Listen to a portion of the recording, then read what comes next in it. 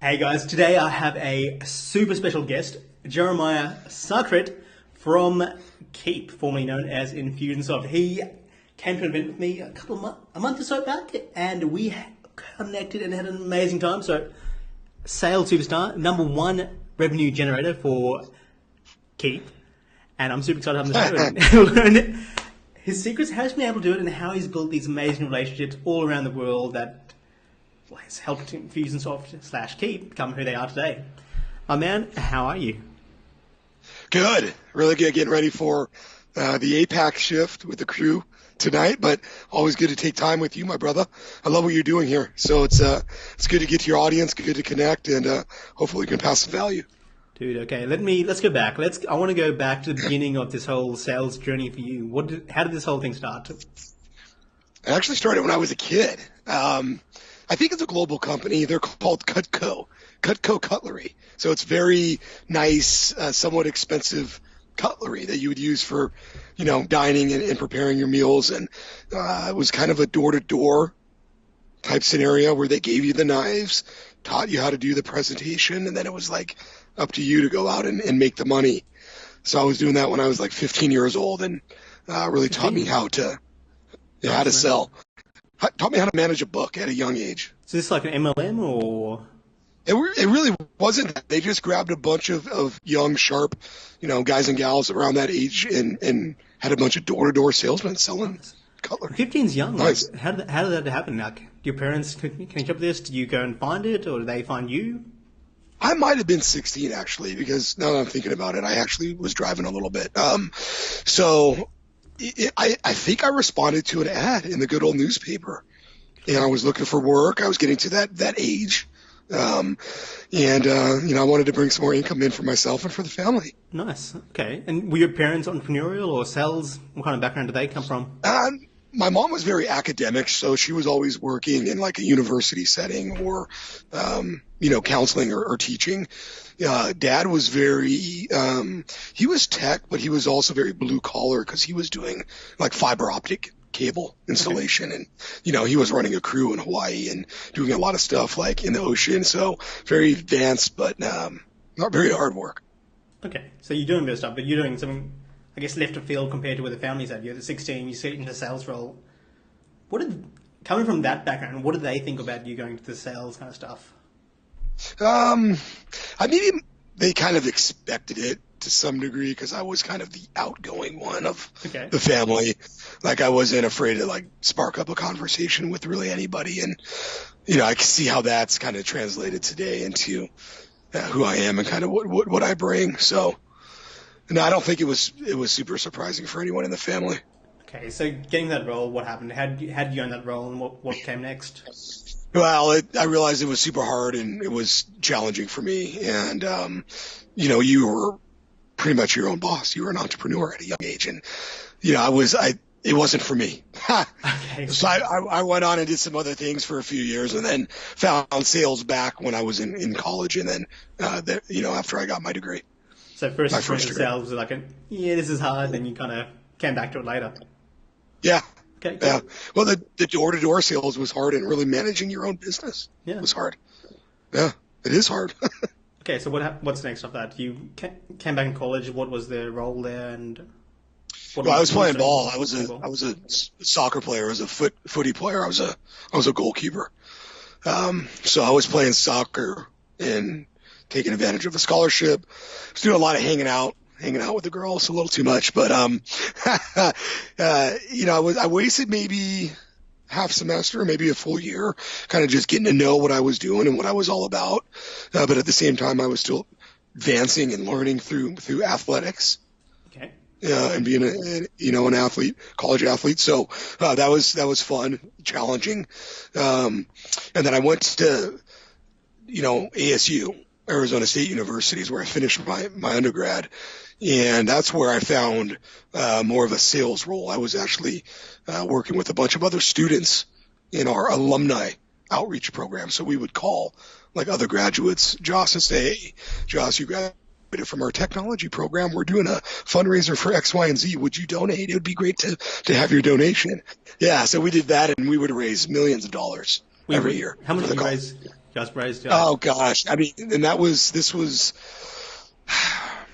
late '90s. I would say easily 3 to 5, 6 million a year for various colleges in As you Arizona personally State taking care University. of it for them. Oh no, I mean these were the teams. I was actually a manager at that point. Okay, so you managed Started a little bit on the team. phone, You teach them.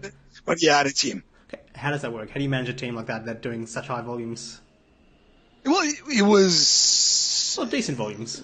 It was decent. They were. I don't know how. I don't know how we compare. We were hitting our goals. I don't know how we might have compared to like other alumni, chapters throughout the country. But what was interesting with that, and that's a good question, is you're managing a college student, so the way you interact as a leader had to be different. You had to really understand. I was a little bit older and I was about to graduate. Okay. Right. Yeah. So I really had to walk a mile in my team's shoes, and it taught me that early on. Lucky for that. Okay, how do you do it though? Like, how do you manage young people like that? Because I'm not going to make any assumptions. What motivates them? How do you tell them, guys, we're going to hit these goals? How do you get them excited about? Well, It's like, how do we manage millennial? How do we manage the young? It's nothing different. They're just humans, and everybody's different, guys. We can't say the millennials want this or the millennials need this. It's like, no, hold on. Get to know your team and what really drives and motivates them. Know that as a leader, right? And bring that to the table. Okay, so not just for people moving into these sales roles, what do they do? How do they manage people? How do they get into motivation? Because when people go into these roles, they have no idea. They've come out of sales themselves. They don't right. Well, you'd be surprised, Josh. Not everybody's motivated by money, right? I was one of the top sales guys in the history of Keep, and I wasn't money motivated. I'm money motivated, but it wasn't my top motivator. Okay. Right. So that's an example of getting to know your team member. Right. It's very important to know what motivates Jer, so you could tap into those motivations as a leader and really drive and get Jer to his goals and help him achieve and reach. That's what you have to do as a sales leader. What motivates Josh? If you were taking over a sales team today in a different company, what's the first thing you do to understand people and start driving higher profits? I would take time to do one-on-ones with every single team member, asking key indicators and questions about intrinsic motivation, right? Motivational factors in their lives. And I will talk specifically to money. Nice. Right. Okay. How does it feel to make more money? Yeah. And I would really understand what it looks like for that individual.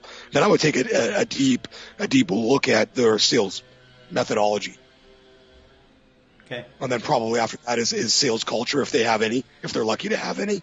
Okay. And then I would really look a little bit deeper into sales systems, including like sales stages, pipeline. Okay. Awesome. Yeah. I think we've got a bit of that. How did the sales work for that organisation? Was it all outbound cold markets, cold calling, or? Well, it was because we had a lot of the alumni information, right? So the students would come in. There was probably, if I look back, maybe 25 to 30 students every night with 3 or 4 student supervisors, right? Okay. And the student supervisors really weren't making calls. We were monitoring data, call-bound activity, a little bit of micromanagement through that data and through systems. But, they would come in, they would start making their calls. And we would work in that structure, Josh, in very small blocks of activity, 3 to 4 hour shifts, right? So they would come in and crank 3 or 4 hours of calls out and then go. Okay. Yeah. And you basically move on once you finish college. That's how that culture normally works? We would actually probably have more of a fundraiser type of calendar. It would be like, hey, we're going to do business college this month because they're doing X, Y, and Z. Then we're going to move on to, the education college. Or, you move on from that role. You move on from that role once you finish at the college yourself. No, after that role, you're up to let's go find a job. Basically, what it was for me. Okay. I graduated, and that wasn't really a job, even though I was a student supervisor in a great organization, generating, a decent amount of money, right, through these outreaches for these colleges, for these programs they were doing. Very significant. It taught a little bit more about relationship sales. But no, I went and found a job in a true relationship selling role after that. Okay, tell me more Yeah. about that. What was the next evolution? I went to a company called the Apollo Group. They own the University of Phoenix. A lot of people globally and certainly in America have heard of the University of Phoenix, one of the first true online offerings in higher ed. So we went there. A lot of really good, talent.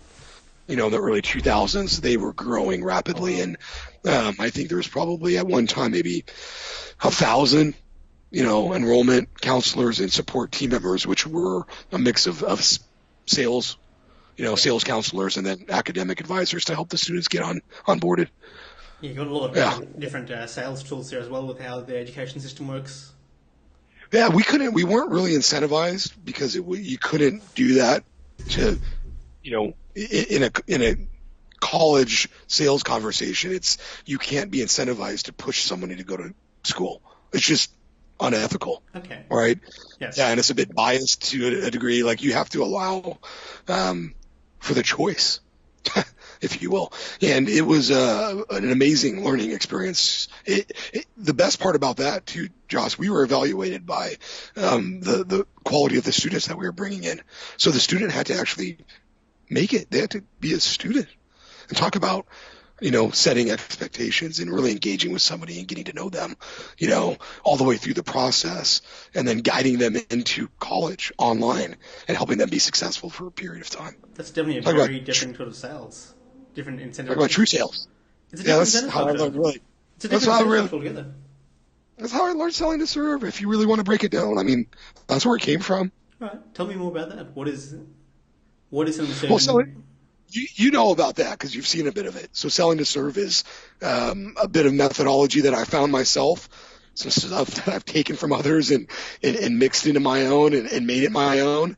But it's literally a methodology to get away from the shit part of your life and where it's shitty and hard and where sales is grungy and slimy and where you're selling to somebody, right? So getting away from all of that and bringing it to a place of wholeness, holistic wellness, and I'm one of you, we're connected, I get you, we can do this. And it's a true sales process where you actually believe in the client and the client believes in you from the very beginning. So I guess the first thing I'm thinking there is it's easy to think like that in a role where you're not incentivized by sales.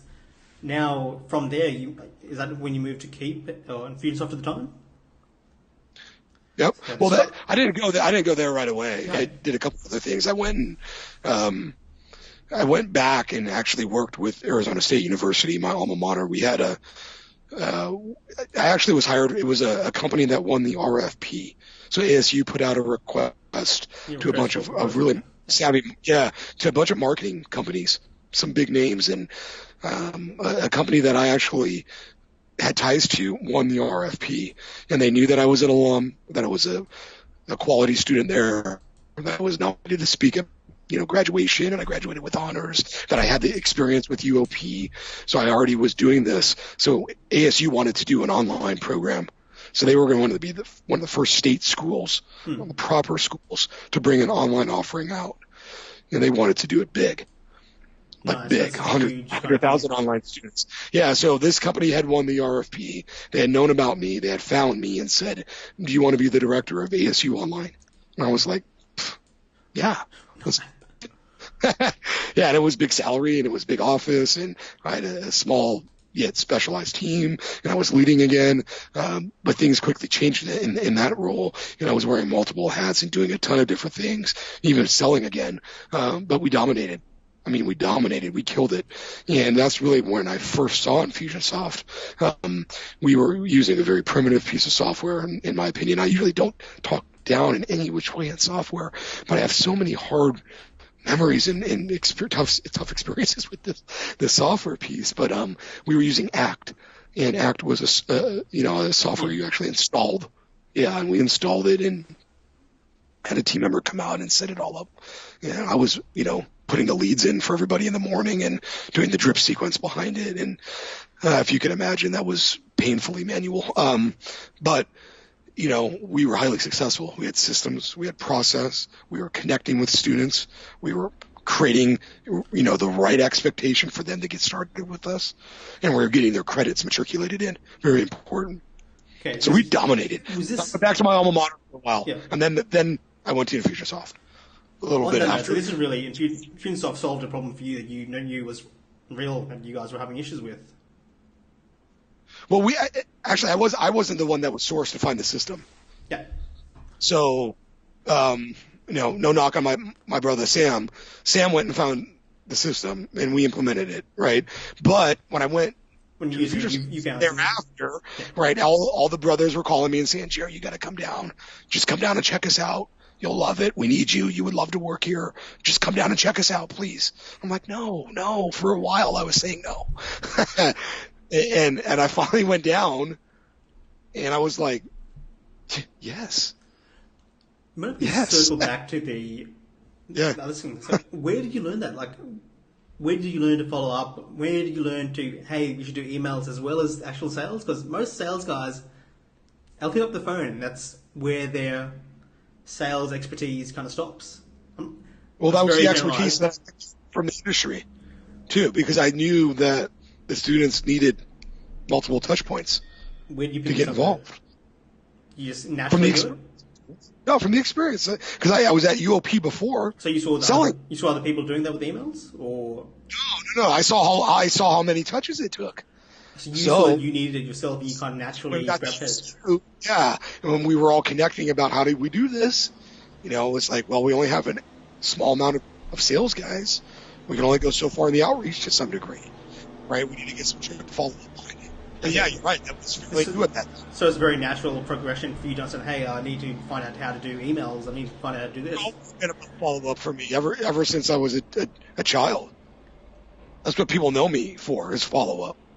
Okay. That's why I'm a great salesperson. Brilliant. So it's a very intuitive, natural thing for you, but I'm lucky because it is. And because I'm not afraid of people too. So I'm lucky there. And I've had people say, Jerry, you can't make mini me's. You can't make mini you's. You're not you can't, people can't be you. I get it. You're right. But there's key learnings there. I'm seeing there's a massive thing called rub off. And people don't understand what that is until you get to know me. Dude, it's in the culture. You hang out with people that are doing good rates of stuff, you become like them. You're like that.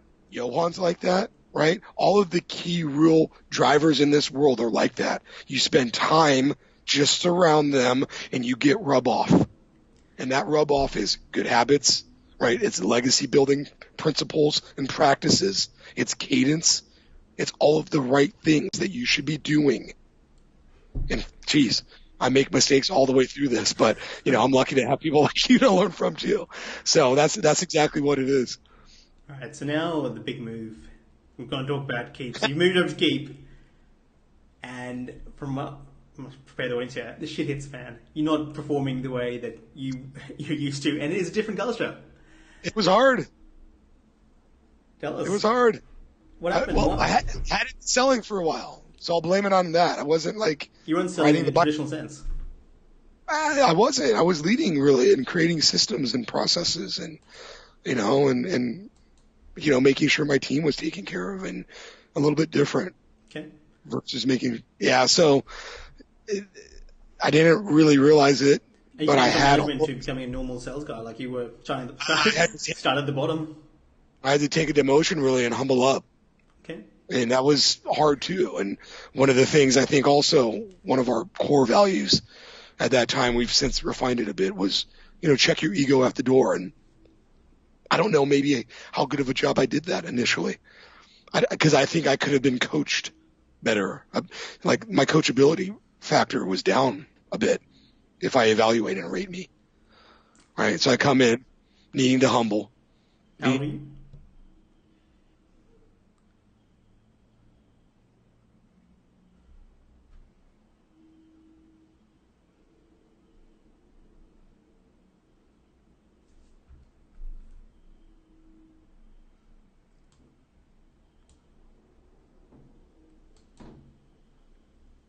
Competing fuel. Sorry, I lost you there for like 2 seconds. We heard you needed to humble. Yeah. So, you need to humble, right? You need to really check that ego, and you need to be coachable through that ego check. And then you need to compete. Or do you? Like I felt like I needed to compete. And maybe that's the feeling that you need to strip from that transitional, phase or process that you're going through and feel that you don't need to compete. But I certainly did. I felt that I needed to. And that might have been the trap within itself. Okay, so what actually happened when you got there? So you got there first day in what? Well, I got there and I went through training for 2 weeks. Our onboarding was super cool. And we did the true color assessment. So I learned a little bit more about my personality and my style. I've done all of those tests over and over. This one was clean, clear, and simple. And I really, was fond of it. I liked it. In that class were a couple of key people for me. So the onboarding class was one of the largest that we had done at that time. It was like 50 new employees starting together. But a couple of key people from sales, and then our sales director, Bill, was in there with me. So we got to know each other pretty quickly and pretty early on. So that was cool. Then I hit the floor, right? So first couple of weeks on the floor were end of month, and it was just hard for me because I wanted to get that sale so bad. And that was the problem after analyzing, right? Just wasn't It wasn't happening. I wanted it too bad, I think. And again, as I was saying, as I analyzed and looked back, it was, you wanted it more than they did. And that was always kind of my message to myself. And when I was, selling and teaching in higher ed, it was, you can't want it more than the student, right? You just can't. And my tonality was probably pretty aggressive, right? And yeah, no, I wouldn't say that. It was just chippy and non-congruent and maybe rushy in some way or pushy to a degree. I don't really get aggressive. I might push though, and you don't want to push with this. You want to pull people. More finding you're trying to sell rather than find a solution. But yeah, the features and the benefits really, or the functionality of the software versus really rallying behind, the customer's needs, their challenges, their wants, and pulling, like I was saying, versus pushing. What was the shift? How did you? It was the freaking shift was, dude, you did a risky move to come here. Man up. Stop freaking making it about you. Who gives a shit about the first sale? You'll get it when you get it. And I had a lot of time to think about it. It was a long weekend here. We had an extra day. Okay. So I came back to work on Tuesday. And I kid you not, and I say this, and people are like the first call that I made after coming back was the very first sale. And I never looked back. Okay. What was the difference back? So literally looking back to it, it was probably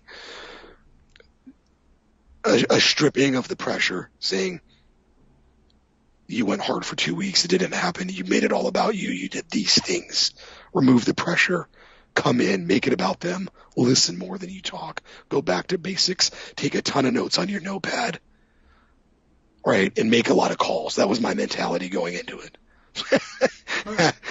Yeah, so it worked for a long period of time, right?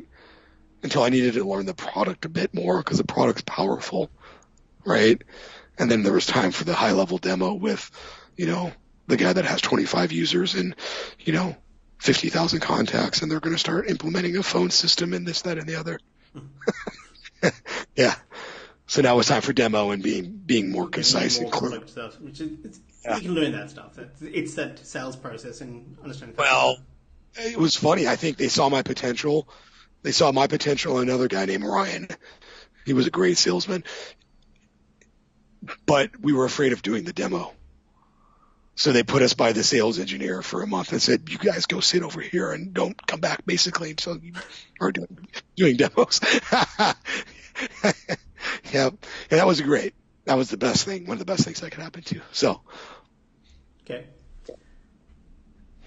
How do you go from that? So you're starting to make sales now. How do you go to number one sales generator? What's the key differentiator there? The bottom line, and I was doing things that others weren't doing. And I got made fun of at times for it, but it's like, you can laugh all the way to the bank, right? Or I can laugh all the way to the bank. And what it was for me is I saw two things when I was selling. And I've seen this now with clarity my entire life. The buyer wants to be led, right? And you better have a plan for now, which we all do. That's the low-hanging fruit. That's the easy stuff. Mm-hmm. It's the stuff that you should get, business owner. But we better have a plan for later. The clients that need time, the clients that need that follow-up, that need that nurture, or a different plan than what you're offering, but you can still come back to them. One, because you dominated and killed the first impression, and they're your brother, and that's true. It has to be true. It can't be fake. And the second thing is you've created a plan for follow-up that's real and genuine. Like, Josh, you got to do this, and you got to do this, and you got to do this. And on day 90, I'm going to call you, and I'm going to check on those things and how your business is progressing. And if you need me in between, you know you can get me. Plus, we're friends on LinkedIn now. You can message me there anytime. Like, and that's what I would be saying to people. You do that as you're building your LinkedIn network as well. So you're really building your personal network in order to sell your business. Everybody that I talked to, that was legit, and then we had a little bit of connection, LinkedIn, no matter what. Because I wanted them to see my LinkedIn too. Because I wanted them to see that I've helped other people like them and that I damn care. And that's shown on that page clearly.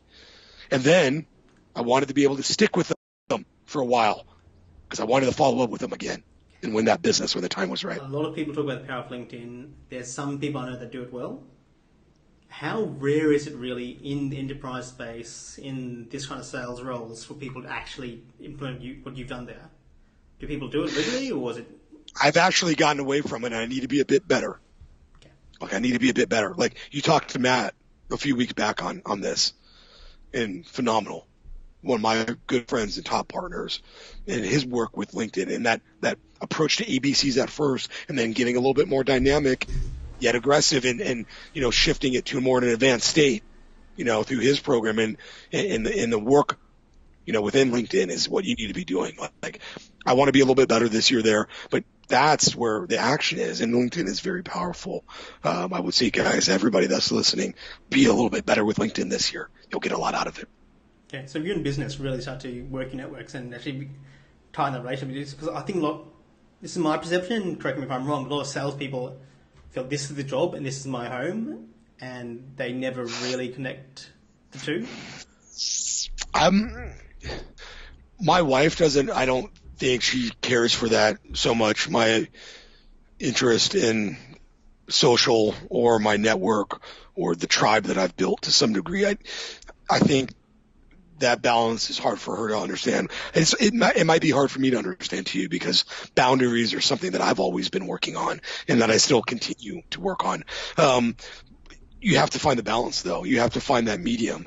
And I think, going back to your previous question and things that I was doing to win the business and ultimately become, one of the top ranking salespeople of all time is to create that. What are they buying? Huh? What are they buying? Are they buying the product, or are they buying you? They're buying me mostly. They're buying you, and then whatever you tell them is generally the solution that they want to go with. That's what's happening, guys. But yeah, to answer to go back to what you were saying, like, I would even have people come into the office if I could, Joss, and do a sit-down meeting, and then I would take pictures with them and post it on LinkedIn and say something like, congratulations to Joss for joining the family and getting automation started. Here's his business. Here's what he does, guys. Dig in. Let's go. That's kind of my thing. Is my hashtag is let's go. And so the logic there is playing that game is the way to do it. And I was doing face-to-face demos and consultation calls where no one else was doing it with a webcam. They buy into you and you care. Yeah, I'm face-to-face with you. I'm doing a really good sales process and call where it's really geared towards you and bringing out, what it is truly, you need. And then I've got a plan for follow-up. Like, I'll win every time. You really are. I'm just saying this as here, I'm helping a friend.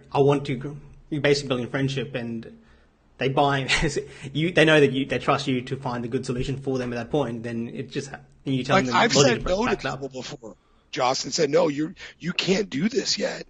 Like, you're not ready. Do these things, and then let's be ready. And then I can work with you. And it doesn't There's take so many long, though, does entrepreneurs it, for them to get ready? that say yes. No. There's so many entrepreneurs that say yes to the wrong client, and it creates so many problems for their business, and that client never gets served. Instead of you having a plan for long term and creating another opportunity for them to go somewhere else to get what they need, and for you to be there when they come back. And when they go somewhere else, don't be afraid, guys, because they go somewhere else. They go to your JV. They go to one of your partners. They go to one of your brothers. So you know you're getting that deal back no matter what, too. Okay. That's what we have to do. Talk me through your sales, the first call. So you went through it at the BA, the Business Authorities event that we talked about, Johan. Yeah. How does a sales process work? Can we tell the people on this call, on the podcast from the top that structure? Well, let's get raw with it. Let's get real raw with this, guys, because everybody wants to start with the why, or what's wrong, or why they clicked on the advert, or why they called in off the billboard. Like, it could be any business scenario, right? Any scenario. I don't sell widgets. Whatever your business is, whatever it is, do not start with what the client needs fixing first. Start with something about them and something about what is working well for their business. Especially if you have to take a sales call or a sales process or a sales meeting. And maybe it's not any business. Maybe if you just sell something that's so simple, like you don't need to go through this. But if you have to walk through a sales process, guys, start walking with the positives first. Don't start with the tough stuff. Break it down, reverse engineer it. And that requires a bit of pre-call research. So this is what I also talked about in Melbourne at BA. Pre-call research is important so you get to know and feel a little bit about your potential customer before you talk to them. Usually by just spending 10 or 15 minutes combing through some things on social, gathering some information and doing some research, I can know what's working well in their organization so I can lead those questions the right way. I think Fabian talked about frames and framing it. Saw a video that he put together this week or the other week. Really good. Fabe, love you, brother. But that's it. You got to set the stage. You got to create, right, with a positive start. And then you can dig into the tough stuff. And then you really get the tough stuff when you ask those questions. You get the real answers. I think for people listening, how do you get that positive stuff in the first place? How do you know that information? That pre-call research. Pre-call research. Okay. Yeah. You go to their website. Go to the website? You can go to the website. You can go to the website and see that they have some type of badge or award down at the bottom. Or you can see that they have a testimonial from Patty. Right? Or you can see that they have, right, a blog, and they wrote a blog last month. So you should never go on a call with just the information on that, but also you got to do some sort of research on their website or on their LinkedIn. Like if I was in a sales call with you, Joss, and I wanted to invite you to my sales program, I would know things about you. I would know that you're active on Facebook, right? I would know that you have a podcast. I would know the last 2 or 3 people that you interviewed and say, gosh, dude, I really even if I didn't listen, it's still fair play, right? I'd say, hey, I saw that you had these podcasts lined up the other week. They looked good. Way to rock that podcast. Is that working well for you this year, Joss? Looks like it is. I think the difference there, so they'd generally be shocked that someone's listened to them. That's pumped up their ego before you even start the call. How many people like to be stroked, right? Everybody does. We're humans. It's again playing that human game, right?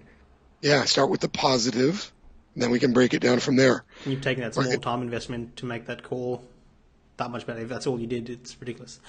What's next? And remember what I said too? I wasn't money motivated, right? I wanted to be appreciated. I wanted to be that guy.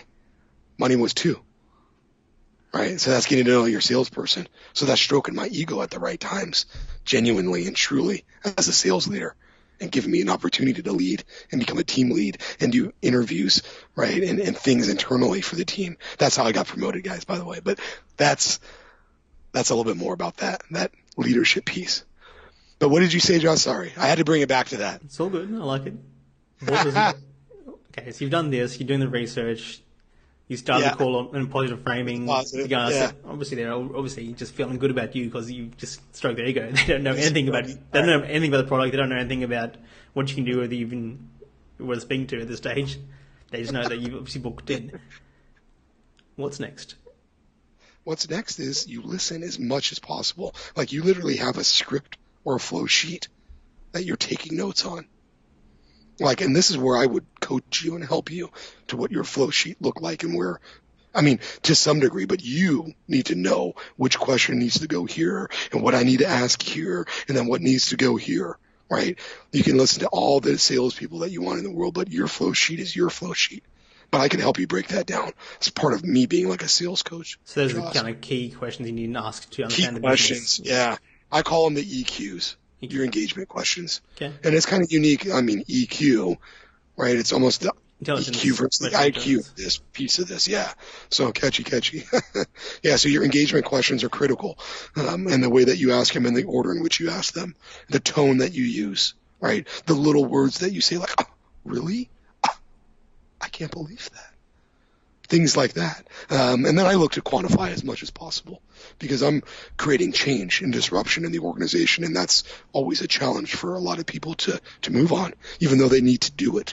So when you quantify that change and you quantify that movement, it's much easier for a CEO to make a bigger decision to do something like that. Or you know, a principal mover in the organizations to join forces and move. Okay. You as the salesperson have to create movement. Yes, if you create movement or outcome, you're just creating a win for your competition ultimately because you've got this lead warmed up, right? You got this lead excited, and you're not following up very good because you don't have a plan for later, and then they just go bleh and go off to your competitor. Start with the ego stroke. We've moved on to your EQ, so your engagement questions. Yeah. And you're looking to quantify again, so you've done some quantifying of the change. I talk about goals. I talk about income, how the business is performing. You had a really good way of framing that question. Yeah. So a little psychology behind that question because maybe, you know, as a salesperson, when you need to actually find out about how the company's performing, it could be, you know, that is a tough question to ask on the first call, the first meetup. And I always, again, we're pretty cozy because we're about halfway through the call now. And I started with the positive guys. So they've already opened up to me and they're not afraid of opening it up. Right. So when I get down to the middle portion, it's always something along the lines of, hey, Josh, tell me a little bit about your goals this year. And when I ask you this, please don't just rush and give me your financials, but give me what you're working on this year, your big goals for the year and how the business is performing. And then you zip it. And they rush to tell you their financials, good or bad. That's what I've seen like every time. It's unbelievable. And why is that? Because, again, the psychology says that good, they want to brag about it a little bit and talk about it, and they're looking to do that. They could do that all day long, but they don't have the opportunity of doing that all day long because they got to work and do the business stuff. So now they're on a call talking about it, and they're like, yay. Or they're down on it, and it's, I need a shoulder to cry on. And that's real. But it's certainly real, and maybe they're not getting enough of the mentorship or the you know, the leadership, you know, to mentor them, to help them. So they're looking for somebody. And then some key things there, you know, if they're up, I'd always ask, you know, Josh, phenomenal. I can hear it in your voice, your energy, your excitement just went up when you talked about that. How much more do you want to be up by the end of the year? Quantify that for me. And you even just say, quantify that for me. Because you want them to quantify it. Ask them to do it. They'll do it. So they do it. Now, if they're down, it's like, oh, okay, I get it, Josh, you're down right now, and the team's not performing, and I understand why, based on some of the stuff you've given me. What more could we do if we better some of these processes that we talked about, or that win you gave me earlier? If we could put that win into play today, how much more gap could we cover? Zip it again, and you got a bit of quantification going on, and they're quantifying. They're telling you, because that's what you can do, that win piece. We kind of slid over that when Josh asked me that question. The question that I always ask before the goals, I'd say, I feel a bit of your process for capturing leads on your website. You got your opt-in form. You got your blog also that has a capture. Tell me a little bit about what happens when you capture a lead and your ideal lead goes through your sales process. How long does it take? You know, and how much are they worth when they buy? I got that feel for that, right? And then I know that hey, if I do these things better, if I could just get 5 more leads through the funnel for these guys, Yeah. we can make up that gap. So all these questions are connected, guys. And that was the key thing I was saying before is like your questions need to be aligned. And that's where maybe a sales mentor or sales coach can help. If you're not getting that, in a corporate environment, shame on you. You should be from your manager or your director.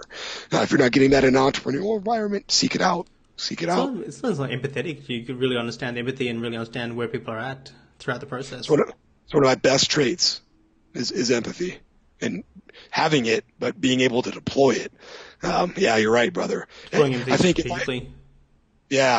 I were to look at it like a salesperson now that I know all of this stuff and say, the Terminator of sales, this machine is this person. They're intelligent with a good mix of IQ and EQ. They're gritty, driven to some degree, where they have some internal intrinsic type energy moving, where they're motivated, like after hours perhaps, where you don't have to be watching them or telling them, and they're just working it. And then they've got this real super fine, understanding of empathy and when to use it.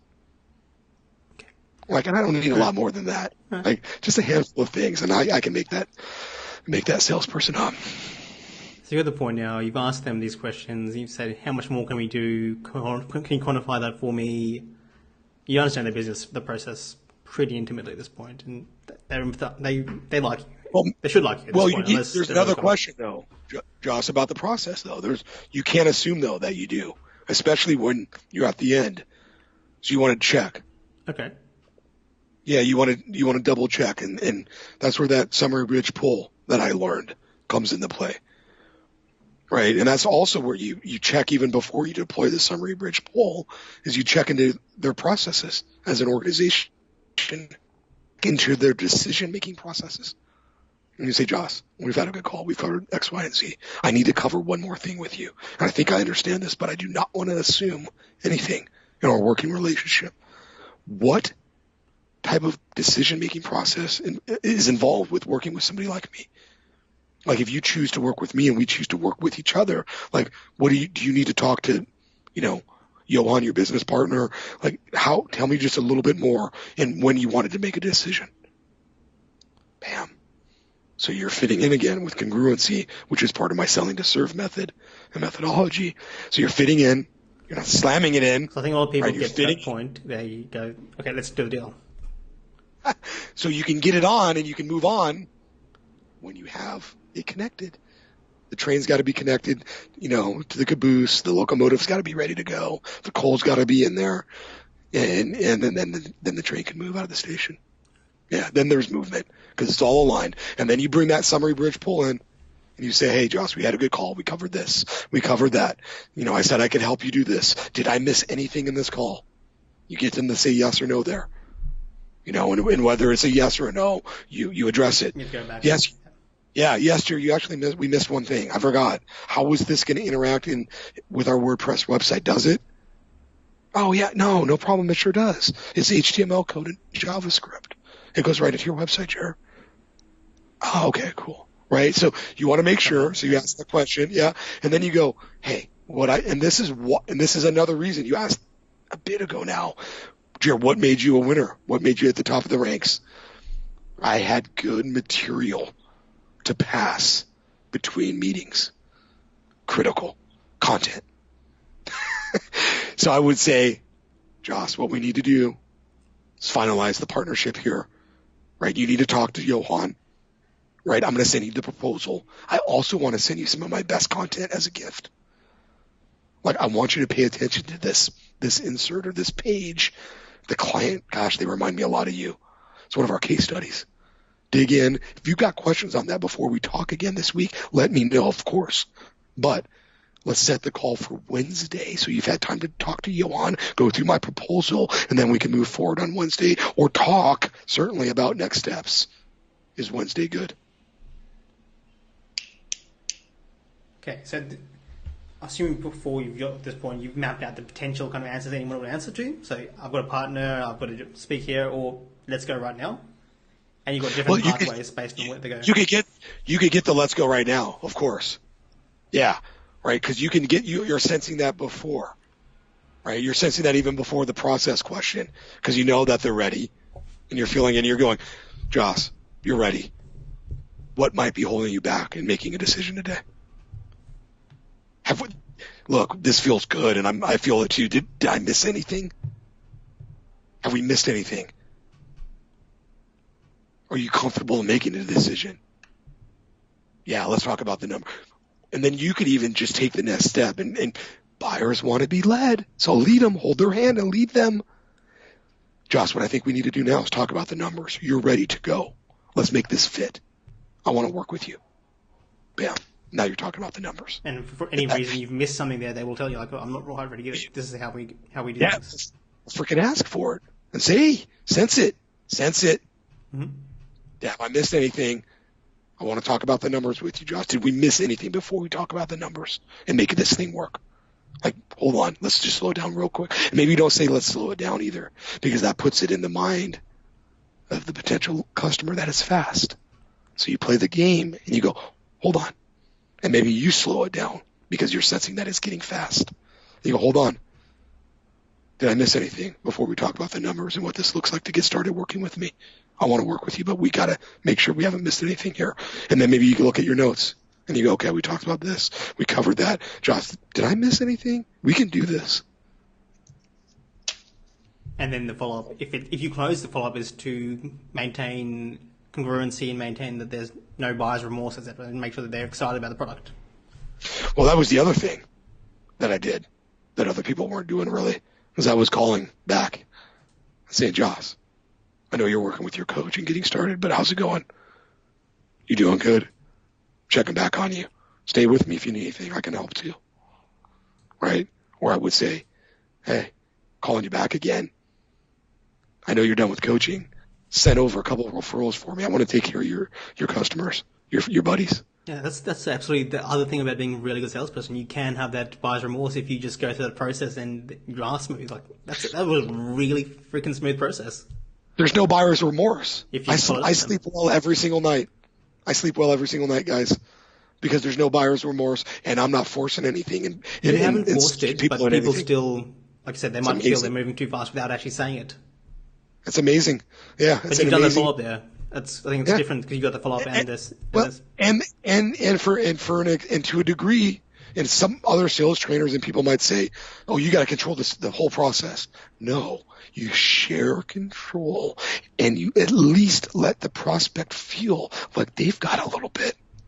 How dare you, salesperson? Yeah, and that's when you lose the deal, when you want it. That's when the deal doesn't come in that you expected and you wanted it, because you control the whole thing all the way to the end. Jeremiah, I think if people have listened to it this far in the podcast, they've learned a pretty slick process for making sales happen. This is what grew a massive company. This is fire, right? I know. You've been around. I feel it too. Yeah, I hope that a good chunk of the audience has grabbed it all the way through. Now, for those watching the video and us on the podcast, Jeremiah is wearing this awesome shirt that says Jeremiah Shark. What the hell is that? What is this? What is Jeremiah Shark? And tell us more about it. I got lucky, kind of. I guess there's no luck with it, but I guess my style, the way I worked it, earned a nickname that quietly and at the same time quickly grew into something, and I recognized it a little bit later on, and maybe I wasn't fond of it right away, but I said, well, hold on, these guys are cool with you. They actually love you, and they call you the Shark, dude. It's kind of cool. Run with it. So, I've got a little fan page and a little tribe that I've built real slowly, organically, and I've created a few shirts, and, I'm actually going to work with Joss. He's going to help me create the line a little bit deeper and with a little bit more story and meaning behind it. It's really just my brand and a bit of my style. I like water. I'm a Pisces. I swim. I fish. I surf. I'm not really good on the board. I'm a better boogie, but no, don't make fun of me. I'll zip past you on the wave. But that's me. So I'm a waterman. I'm relentless. I'm gritty. I'll nip at you and bite at you a little bit, but I won't take chunks at you. So you created, to be honest, you created a personal brand in terms of how you're connecting with customers. But what is Jeremiah Shark? What is this brand about? And I think it's about It's about grit. No, it's No, about what are you it's doing? about Why have this Jeremiah Shark thing? yeah. No, I think because I want a tribe of people that are gritty. I Okay. want a tribe of people that sell the serve, that give a shit and So you're care. looking at training more, you taking your service from just one company to actually helping these customers that are asking you questions and I guess expanding. It hasn't amounted to that yet, but it could. That's a And direct deal. it might, yeah. And you never know. Like I get put into phenomenal scenarios. Like I'm blessed and honored and humbled to travel and meet and connect and speak and educate. I think when those days wane and I don't feel the excitement, like it might be time to look at going into bigger organizations and you know, C-level and executive, if you know, camps and teams and teaching and training them how to run a sales organization. If someone's listening to this call right now, they've gone, holy crap, this guy is amazing. How can I learn more and how can we grab some of that brain power and bring it into our own sales organization? Is that something that you offer? Something I've got a little bit of bandwidth every single year to take on a few people, and I'd entertain a connection and certainly a consult. I do a free consult on my Facebook page. How does it You work? can book it right there. Coaching? Is it courses? It is. Well, the course is coming. The course is going to be a little bit more trench work, right, for your salespeople. And that's going to be badass, brother. That's coming real quick. And I'm excited about that. And that, my wife is. And to see her excited about something that I've been working on is cool because she knows it's passive income. And it could make between $500 and $700, whatever I sell it for in our sleep. So that's coming around the corner. And gosh, that'll be cool, Josh, to see, you know, guys like you get around that and promote that for me. It can be fun, dude. It's going to get fiery. It's going to catch fire like I wanted it's to. Powerful, man. Like, well, you know, it's powerful. they can. People, so many great people who do amazing things in their business feel slimy about sales, and it's because, in my belief, is the way traditionally sales has been taught is this whole push and get the sale. But you're teaching to, hey, make the fit. Well, they're scared of.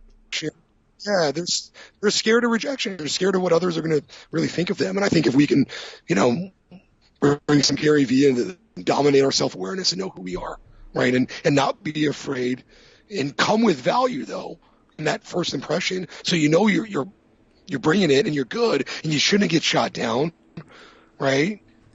But then get comfortable with that rejection. Well, you're You're not really in a unstoppable. place for a no Just anyway. say things. You're not really in a place for a direct no if you've done your job through the call. Yeah. So that's a little bit about the brand. I want to develop it more. I've got a mission statement that I look at.